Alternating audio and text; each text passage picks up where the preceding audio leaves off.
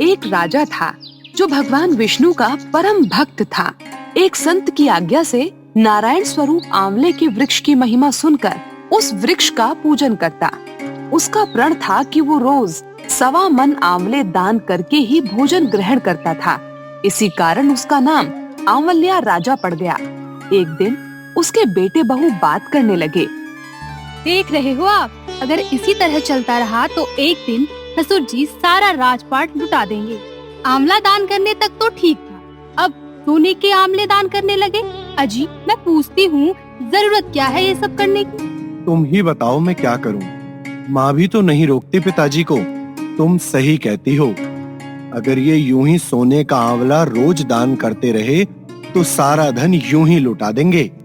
और वो दिन दूर भी नहीं जब एक दिन सारा खजाना खाली हो जाएगा। थक हार कर एक दिन राजा रानी के बेटे और बहू ने उनसे इस बारे में बात की। बेटा बोला, पिताजी, क्या आपको हमारे भविष्य की चिंता नहीं है? आप इस प्रकार सोने के आंवले दान में देते रहे तो हमारा क्या होगा? फल, अनाज और भोजन दान करने तक तो सही था। हम कुछ नहीं बोले, पर आप तो सोने के आंवले दान कर रहे हो। ऐसा क्यों? बेटा, तुम चिंता न करो, श्री हरि पर भरोसा रखो। आज तक उन्होंने किसी वस्तु की कमी नहीं होने दी, तो आगे भी सब अच्छा ही होगा। बेटा, दान देने से भी कभी कोई कमी आती है क्या? और वैसे भी भगवान नारायण का दिया हुआ सब कुछ तो है हमारे पास।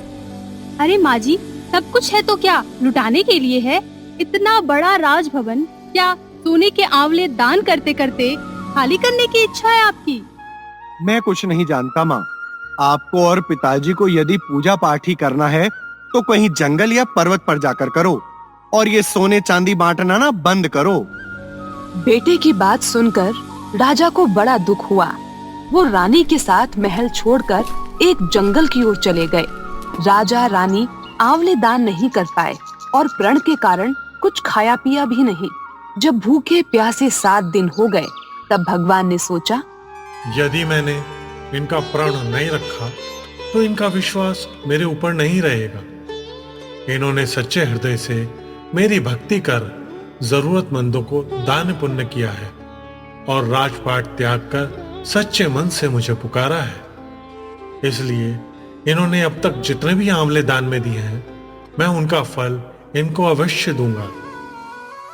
इसलिए भगवान ने जंगल में ही महल, राज्य और बाग बगीचे सब बना दिए और सुंदर सुंदर आंवले के पेड़ भी लगा दिए। सुबह राजा रानी उठे तो देखा कि जंगल में उनके राज्य से भी 2 गुना राज्य बसा हुआ है। राजा रानी से कहने लगे, देखा भाग्यवान, निस्संदेह भगवान हमारी परीक्षा ले रहे थे।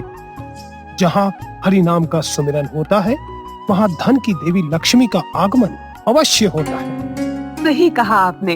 प्रभु लक्ष्मी नारायण ने हमारे प्रण की लाज रख ली। कोटि कोटि प्रणाम प्रभु। आइए अब नहा धोकर अपना प्रण पूरा करें, आंवले दान करें और फिर भोजन करें। राजा रानी इस तरह खुशी खुशी जंगल में रहने लगे और उधर उनके बहू बेटे के बुरे दिन शुरू हो गए। राज्य दुश्मनों ने छीन लिया।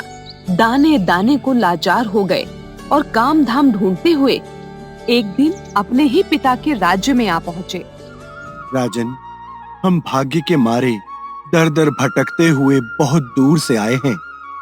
सुना है आपके यहाँ से कोई याचक खाली नहीं जाता। हमें भी अपने राज्य में सेवा का अवसर प्रदान करे राजन। मैं महारानी जी की खूब सेवा किया करूंगी। उन दोनों के हालात इतने बिगड़े हुए थे कि पिता ने उन्हें बिना पहचाने हुए काम पर रख लिया।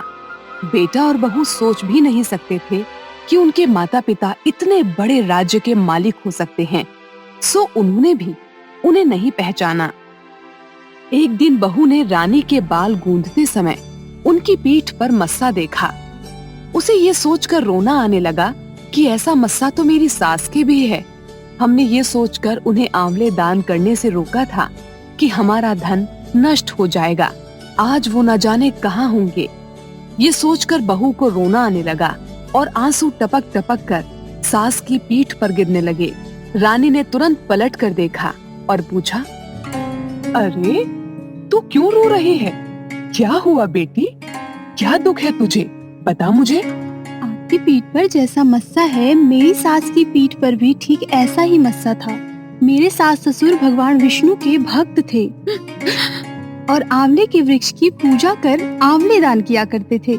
एक दिन हमने उन्हें आंवले दान करने से मना कर दिया, इसलिए वे घर छोड़कर कहीं चले गए। ना जाने वो किस हाल में होंगे। सारी बातें सुनकर रानी ने उन्हें पहचान लिया। माँ, पिताजी, हमें क्षमा कर दो। हम समझ गए हैं कि वो राजपाट आपके दान से ही 2 गुना हो रहा था और हम लालच के मारे न जाने क्या क्या सोचने लगे। हे विधाता, हमें क्षमा कर दो। बस फिर क्या था, राजा रानी ने उन्हें क्षमा कर दिया और बेटा बहू भी अब सुख से उन्हीं के साथ रहने लगे। कहते हैं कि वो दिन था कार्तिक मास की शुक्ल पक्ष की नवमी का और उसी दिन से आंवला नवमी का त्योहार मनाया जाने लगा। इस प्रकार की रोचक कहानियों को सुनने के लिए हमारे इस चैनल को लाइक, शेयर और सब्सक्राइब करें और हाँ, बेल आइकन जरूर दबाएं ताकि रोचक कहानियों का नोटिफिकेशन सबसे पहले आप तक पहुंचे। नमस्कार।